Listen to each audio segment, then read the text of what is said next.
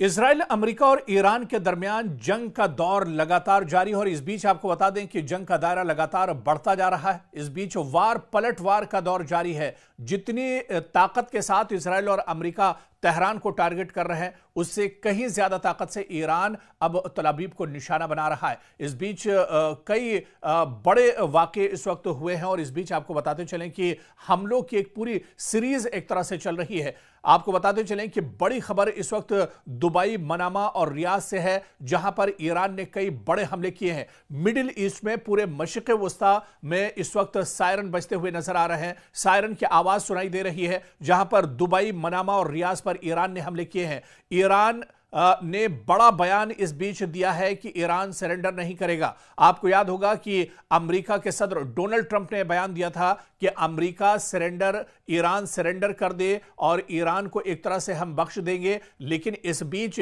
Iran की leadership की तरफ से यह बड़ा बयान आया है। ईरान ने कहा है कि ईरान सरेंडर नहीं करेगा और इस बीच आपको बता दें कि ईरान ने आगे यह भी कहा है कि या तो यह जंग हम जीतेंगे या हम शहीद हो जाएंगे। यह दरअसल बड़ा और बेबाक बयान ईरान की तरफ से आया है। ईरान ने कहा है कि या तो इस जंग में हम शहीद हो जाएंगे या फिर इस जंग में हम फतेह हासिल करेंगे। और इस बीच आपको बता दें कि इजराइल की मिसाइल फैक्ट्रियों पर भी ईरान ने बड़ा हमला किया है और यह शायद पहली बार है जब इजराइल के अंदर इजराइल की जो मिसाइल फैक्ट्रियां हैं, जो असलहे के गोदाम हैं, उन्हें ईरान ने निशाना बनाया है। और इस हमले के बाद इजराइल को बहुत बड़ा झटका लगा है। अभी तक के जो मोसाद या फिर आईडीएफ के जो हेडक्वार्टर थे, उन्हें लगातार निशाना बनाया जा रहा था। लेकिन इस बीच ईरान ने बड़ा दावा किया है कि उसने इजराइल की मिसाइल फैक्ट्रियों पर बड़ा हमला किया है, जिसमें इजराइल को काफी ज्यादा नुकसान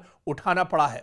इस बीच एक और बहुत बड़ी खबर आ रही है। दरअसल ईरान ने अमेरिकी थाड को तबाह कर दिया है। जी हां, वो भी एक दो जगह नहीं, 3 जगहों पर अमेरिकी थाड को ईरान ने नुकसान पहुंचाया है। आपको बताते चलें कि ईरानी फौज ने अमेरिका के मिसाइल दिफाई निजाम थाड को निशाना बनाया है, जिस पर अमेरिका को बहुत ज्यादा नाज था, जिस पर इजराइल को बहुत ज्यादा घमंड था। मुत्तहिदा अरब अमारात, उर्दन और कतर में वाक़े अमेरिकी रडार सिस्टम को निशाना बनाया गया है। सैटेलाइट तस्वीरों में वाज़ेह तौर पर इन तीनों ममालिक में ईरानी हमलों के नतीजे में होने वाली तबाही को दिखाया गया है। अब अमेरिकी हुकूमत के इस बयान का मफहूम वाज़ेह होता जा रहा है कि ईरान जंग खींचने वाली है, यानी ईरान की जंग अभी कुछ दिन और चल सकती है। क्योंकि जब यह जंग शुरू हुई थी, उस वक्त डोनाल्ड ट्रंप ने कहा था कि सिर्फ 1 हफ्ते या 10 दिन तक यह जंग चलेगी। लेकिन आप देख लीजिए कि 1 हफ्ता गुजर चुका है, लेकिन इजराइल और अमेरिका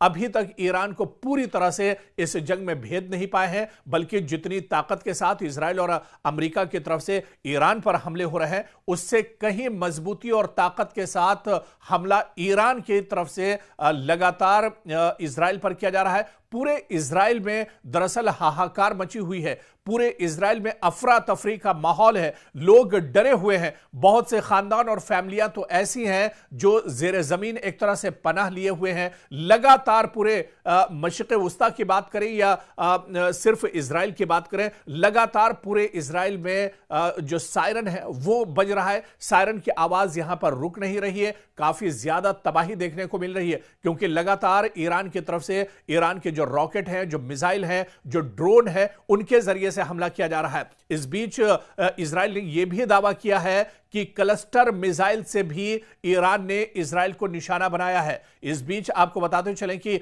ईरान ने भी कहा है कि शाहिद मिसाइल के जरिए उसने इजराइल पर हमला किया है। खुर्रम शहर 4 मिसाइल का भी इस्तेमाल अब एक तरह से ईरान कर रहा है। यह पहली बार है जब इस जंग में लेटेस्ट हथियारों का इस्तेमाल एक तरह से ईरान कर रहा है। शुरुआत में जो हमले इजराइल और तल अवीव की तरफ से के ऊपर ईरान की तरफ से हो रहे थे, उनमें दरअसल ईरान ड्रोन या फिर जो रॉकेट है या फिर जो पुराने मिसाइल थे, उनका इस्तेमाल एक तरह से ईरान कर रहा था। लेकिन अब जिस तरह से शाहिद मिसाइल, खुर्रम शहर 4 मिसाइल का इस्तेमाल लगातार किया जा रहा है, खैबर मिसाइल का इस्तेमाल किया जा रहा है, यह दरअसल ईरान की लेटेस्ट मिसाइल है जिसका इस जंग में पहली बार ईरान ने इस्तेमाल किया है। और शाहिद मिसाइल या खुर्रमशहर 4 मिसाइल दागने के बाद इजराइल के अंदर अफरा तफरी मची हुई है। इजराइल के अंदर काफी ज्यादा डर का माहौल बना हुआ है। इजराइल के अंदर चारों तरफ एक तरह से हाहाकार मचा हुआ है। लोग दौड़ते हुए एक तरह से नजर आ रहे हैं,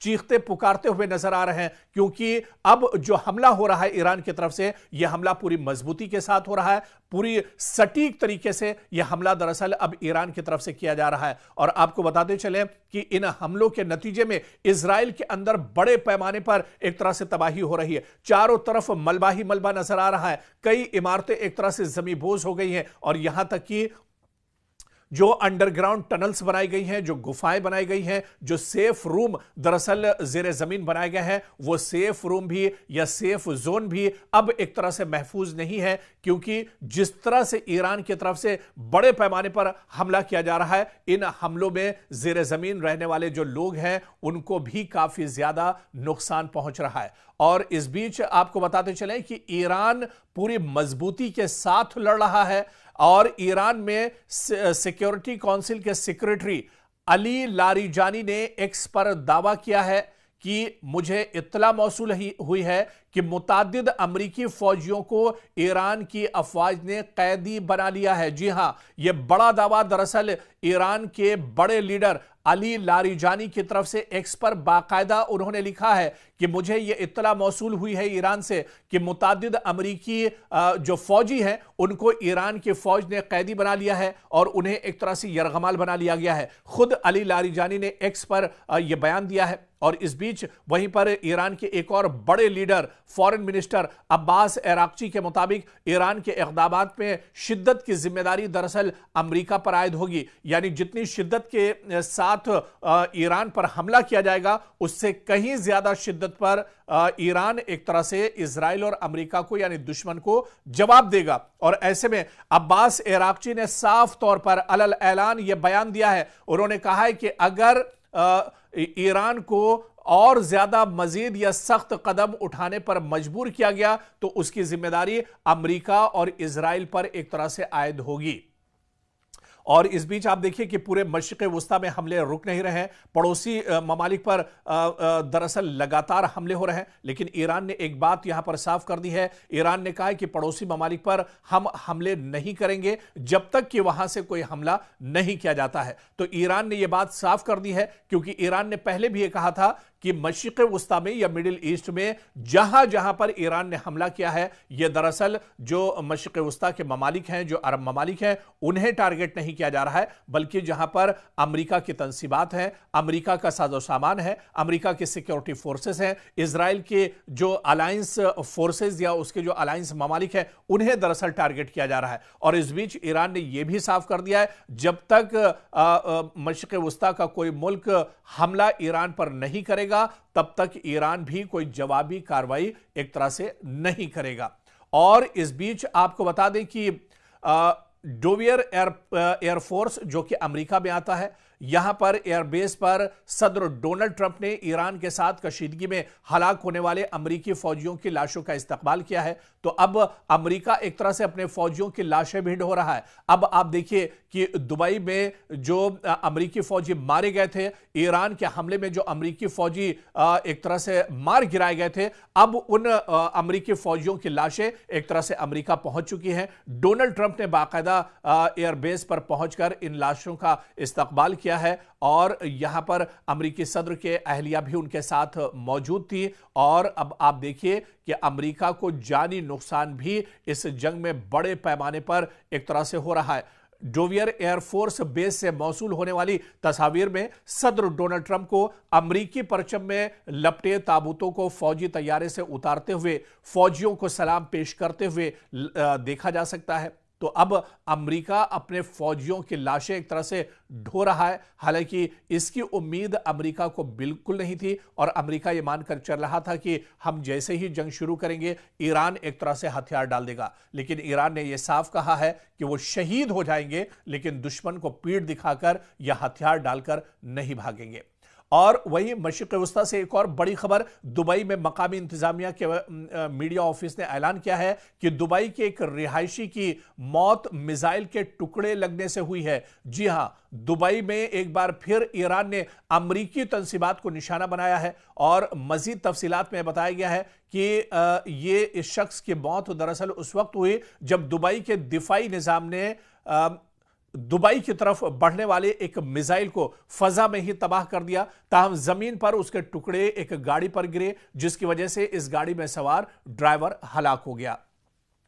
तो ईरान लगातार जहां जहां मशरिक़ वस्ता में अमरीकी तंसीबात हैं उन्हें निशाना बना रहा है। दुबई में यह लेटेस्ट हमला है जो ईरान की तरफ से किया गया है। और इस बीच सऊदी अरब से भी खबर है। सऊदी अरब की वजारत दिफा की जानिब से एक ऐलान में यह दावा किया गया है कि अल खुर्ज के करीब वाक़ शहजादा सुल्तान एयरबेस की जानिब एक बैलिस्टिक मिसाइल दागा गया। ताहम यह मिसाइल एक गैर आबाद इलाके में गिरा, जिसकी वजह से एयरबेस को कोई नुकसान नहीं पहुंचा है। तो अब इस पूरी जंग की धमक एक तरह से सऊदी अरब तक भी पहुंची है। सऊदी अरब में भी जहां जहां अमरीकी तंसीबात, अमरीका के एयरबेस है, उसे लगातार ईरान नुकसान पहुंचा रहा है। और वहीं बहरीन में अमरीकी फौजी अड्डे को मिसाइलों के जरिए ईरान ने निशाना बनाया है। ईरानी फौज का दावा है कि ईरान में पासदाराने इनकलाब की जानिब से जारी बयान में कहा गया है कि उन्होंने बहरीन में वाक़े एक अमरीकी फौजी अड्डे को मिसाइलों की मदद से निशाना बनाया है। तो बहरीन में भी लगातार जहां पर अमरीकी तंसीबात हैं, अमरीकी अड्डे हैं, अमरीकी एयरफोर्स या अमरीकी सिक्योरिटी फोर्सेस के जवान बहरीन में जहां जहां पर है, जहां पर अमरीकी अड्डे हैं, अमरीकी ठिकाना है, उन्हें बहरीन में भी ईरान लगातार निशाना बना रहा है। इस बीच पासदाराने इनकलाब के मुताबिक यह हमला उन गैर मुसद्दका इत्तलात के रद्द अमल में किया गया जिनमें कहा गया था कि अमेरिका ने अबनाए हुर्मुज में एक जजीरे पर वाक़े मीठे पानी के प्लांट को निशाना बनाया है। और दूसरी जानिब बहरीन की वजारत दाखिला के मुताबिक मुल्क में हमले के खतरे के पेश नजर सायरन बजाए गए हैं और शहरियों से कहा गया कि वो महफूज मकामात पर मुंतकिल हो जाएं। यानी बहरीन में लगातार खतरा बढ़ता जा रहा है। बहरीन में लगातार अमेरिका के जो अड्डे हैं उन्हें ईरान निशाना बना रहा है। काफी ज्यादा यहां पर हलचल मची हुई है बहरीन के अंदर।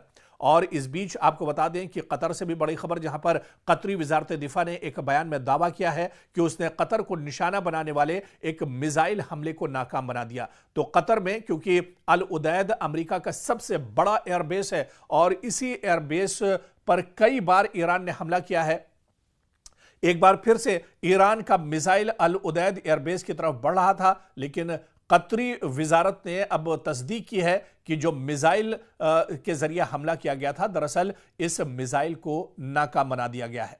कतर की वजारत दिफा के मुताबिक मुल्क के फजाई दिफाई निजाम ने इस मिसाइल हमले को रोकने के लिए कार्रवाई की है। ताहम बयान में यह नहीं बताया गया कि मिसाइल किस मुल्क या फरीक की जानिब से दागे गए थे, लेकिन जिस तरह से पूरी कशीदगी ईरान के साथ चल रही है, ईरान पूरे मशरिक़ वस्ता में अमरीकी तंसीबात को निशाना बना रहा है और जो इत्तेहादी हैं इजराइल के, उन्हें ईरान निशाना बना रहा है। ऐसे में यह कहा जा सकता है कि यह हमला ईरान की तरफ से दरअसल किया गया होगा।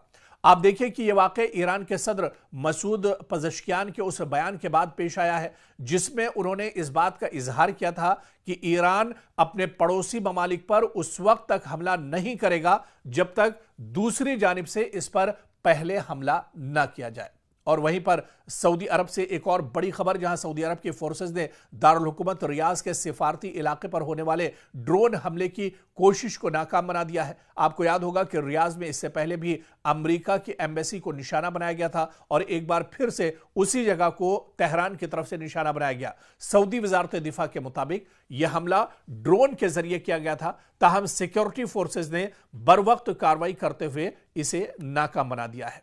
और वहीं वजारत दिफा ने बाकायदा सोशल मीडिया प्लेटफॉर्म एक्स पर जारी बयान में कहा है कि इस वाक़े में किसी किस्म का माली नुकसान या शहरियों को कोई चोट नहीं पहुंची है, लेकिन मशरिक़ वस्ता में जहां जहां इजराइल और अमेरिका की तंसीबात हैं, इनके अड्डे हैं, उन्हें ईरान लगातार अटैक कर रहा है।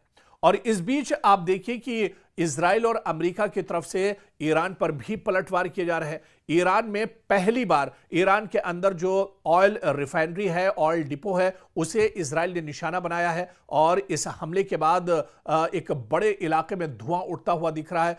एक बड़े इलाके में भयानक आग चारों तरफ एक तरह से दिख रही है और यह शायद पहली बार है जब इजराइल या अमेरिका की तरफ से ईरान के अंदर ऑयल रिफाइनरी को नुकसान पहुंचाया गया है, क्योंकि ये इस वजह से भी जो एक्सपर्ट और माहिरीन बताते हैं कि ऑयल रिफाइनरी पर हमला करना मतलब अमेरिका और इजराइल का अपने पांव पर ही कुल्हाड़ी मारना है, क्योंकि जब से अबनाए हुर्मुज को एक तरह से ईरान ने बंद किया है, उसके बाद दुनिया में पेट्रोलियम और गैस की किल्लत एक तरह से महसूस की जा रही है। तो कहीं ना कहीं ये जो कदम है वो अमेरिका और इजराइल के खिलाफ एक तरह से देखा जा रहा है। और इस बीच कुवैत से भी बड़ी खबर आई है, जहां पर कुवैत ने उसके public institution for social security पर हमले की बात कबूली है और उसने कहा है कि इस सोशल सिक्योरिटी जो इंस्टीट्यूशन है इस पर भी हमला किया गया है। बयान के मुताबिक इस हमले के नतीजे में इदारे की मरकजी इमारत को काफ़ी ज़्यादा नुकसान पहुंचा है और यह बयान ऐसे वक्त में सामने आया है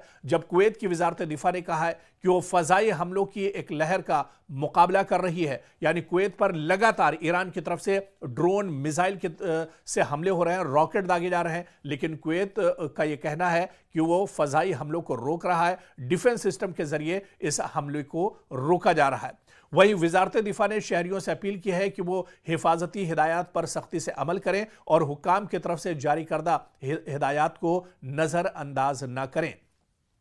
इस बीच एक और बहुत बड़ी खबर नॉर्वे से आ रही है। नॉर्वे की पुलिस के मुताबिक दारुल हुकूमत ओस्लो में अमरीकी सिफारत खाने के करीब एक जोरदार धमाके की आवाज सुनाई दी है। पुलिस ने एक बयान में कहा है कि फिलहाल यह वाज़ेह नहीं हो सका कि धमाका किस वजह से हुआ या इसमें कौन मुलव्विस हो सकता है। बयान के मुताबिक पुलिस सिफारत खाने के साथ राब्ते में है और अब तक किसी शख्स के जख्मी होने की कोई इत्तला नहीं मिली है। हुक्काम का कहना है कि मजीद मालूमात सामने आने पर एक तरह से जानकारी साझा की जाएंगी। इधर इजरायली फौज का कहना है कि ईरान ने इजराइल की जानिब कई मिसाइल दागे हैं। रात के वक्त यह हमला किया गया है और इजराइल के फजाई दिफाई निजाम इन मिसाइलों को इंटरसेप्ट करने के लिए लगातार काम कर रहे हैं। फौज के बयान के मुताबिक हाल ही में ईरान से इजरायली इलाके की तरफ मिसाइल लॉन्च किए जाने की निशानदेही हुई है, जिसके बाद दिफाई निजाम को फौरी तौर पर फाल कर दिया गया ताकि इन हमलों को रोका जा सके। हुक्काम का कहना है कि फजाई दिफाई निजाम आने वाले मिसाइलों को तबाह करने की कोशिश कर रहा है